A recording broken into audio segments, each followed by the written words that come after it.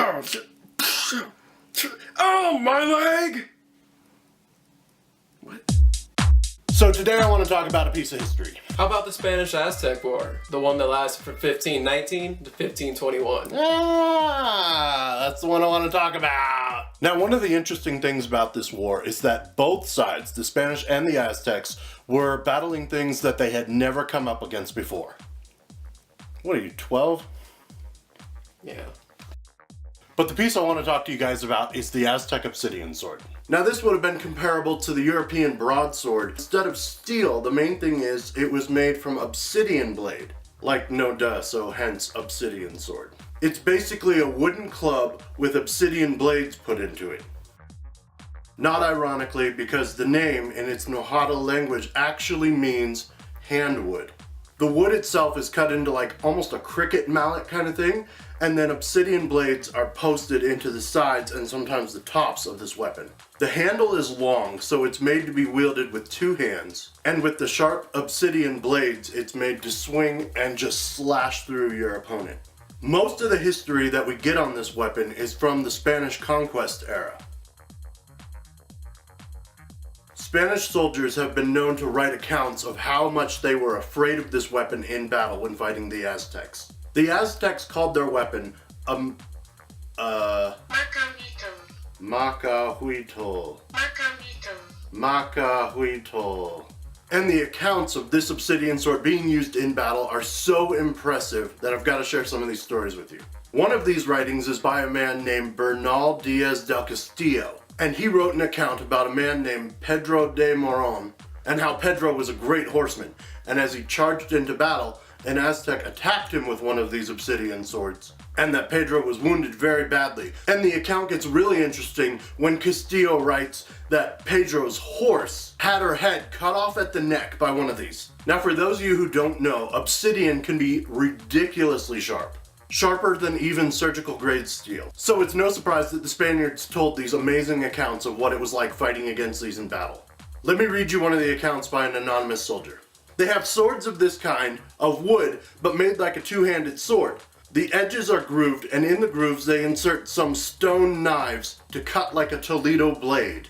I saw in one day an Indian fighting a mounted man, and the Indian gave the horse of his antagonist such a blow, and it fell dead on the spot. Reading these stories, I thought, wow, what a cool weapon that must be. I wish I had one, but seriously, where do you even get something like that? So I decided to make one. The first thing I had to do was pick out a piece of wood. Next, I very carefully measured out exactly where I wanted to make my cuts. And I decided to start carving out the handle. Once I had my handle, I decided to start shaping out the wood where my blades would go. I spent time sanding as I went, so I could easily maintain my shape. So the next little bit I want to do is round off the ending. Pretty much what I had at this point was, in fact, the shape of a cricket mallet. And at this point I'm thinking, how well is this skinny handle gonna hold up in combat, really? So I called up my buddy Jess, and I asked him if he still had an old baseball bat. I needed to know if that handle was strong enough, if under pressure, it would cut through either a man or a horse, I guess. So we came up with the idea that we would try the baseball bat first to crush a watermelon. If the bat can crush the watermelon, I'll try my mallet at this point and just see what happens. So we took the bat and the mallet, we went to Michelle's house. I feel like smashing these would be so much more fun if we put a personality to them. And we started carving watermelons. Once we had carved our watermelons, we took them out back for the smashing. Needless to say, I was really curious how this was going to turn out. Test one with the baseball bat. But Jess took his bat and sure enough, woo, smashed easily through the watermelon.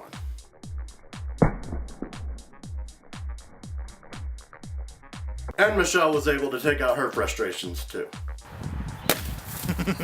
Now it was time for the moment of truth. So let's see if the handle's up to the task.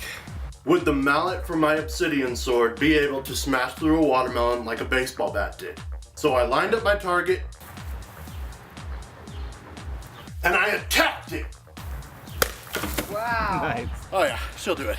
With beautiful results.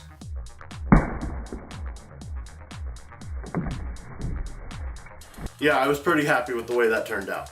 At this point, I can only imagine what this sword would do once the obsidian was put into place. Now I just needed to find some obsidian. So I did what any good Indian would do, and I ordered some on Amazon. The next step was to carve out the holes where the obsidian would go into the MaLee. As I'm placing the obsidian into the slot, it occurred to me that no matter how sharp these are, they're still kind of brittle. So I did a little research, and what I found out is, sure enough, they were brittle and they were known to break off when coming into contact with the European steel. Whether they were hitting the swords or stabbing into the breastplate, the European steel would either dull them or break them completely. But I was reassured when I read that this wasn't really a problem because the weapon is made so that those blades are replaceable. With a little bit of work, you're able to carve out the old one and put a new blade right in. But this would explain why in so many pictures you see the blades are broken off. So I finished securing the blades, I carved a little bit of artwork into the paddle, and gave mine a nice wood stain to make it a lot prettier.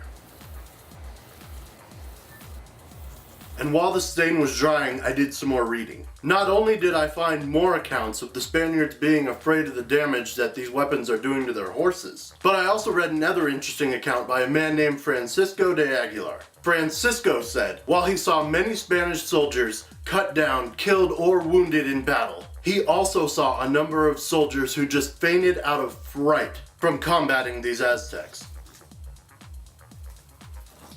Obviously, these stories fascinated me, and I couldn't wait to see my finished product.